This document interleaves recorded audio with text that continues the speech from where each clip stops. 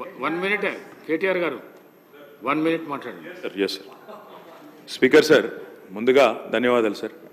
ఇంత దారుణంగా మొత్తం శాసనసభని రాష్ట్ర ప్రజల్ని తప్పుదోవ పట్టించడం అయితే ఎల్ఏ మినిస్టర్ గారికి భావ్యం కాదు. వారు ఇండస్ట్రీస్ మినిస్టర్ గారు ఉన్నారు. ఇక్కడ క్లియర్గా ఉంది సార్, వాళ్ళు ఇచ్చిన జీవోనే మేము చెప్తుంది కాదు, చాలా క్రిస్టల్ క్లియర్గా GOMS నెంబర్ 54 సార్. ఇందులో ఏం రాసినారో ఒకసారి నేను చదువుతాను సార్.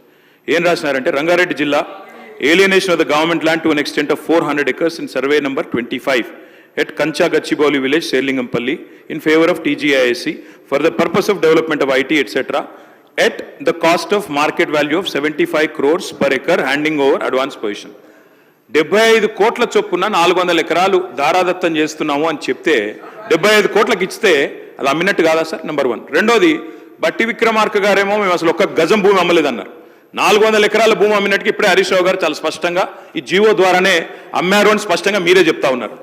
మూడో మాట అధ్యక్ష, మూడో మాట, ఇప్పుడు మంత్రి గారు ఎంత దారుణంగా మాట్లాడుతున్నారంటే, గతంలో అధ్యక్ష అమ్ముకొని ల్యాండ్స్ అమ్ముకొని వాటి ద్వారా వచ్చే ఆదాయానికి మళ్ళీ ఇంకా పైకి వెళ్ళి కమిషన్లు, ఎవరికి మర్చెంట్ బ్యాంకర్కి 3% కమిషన్ ఇచ్చే కార్యక్రమం కూడా, దాన్ని కూడా మళ్ళీ ఏదో గొప్ప పని చేస్తున్నట్టుగా ఉత్తరప్రదేశ్లో చేస్తున్నారు. ఉత్తరప్రదేశ్ తప్పు చేస్తే మీరు చేస్తారా?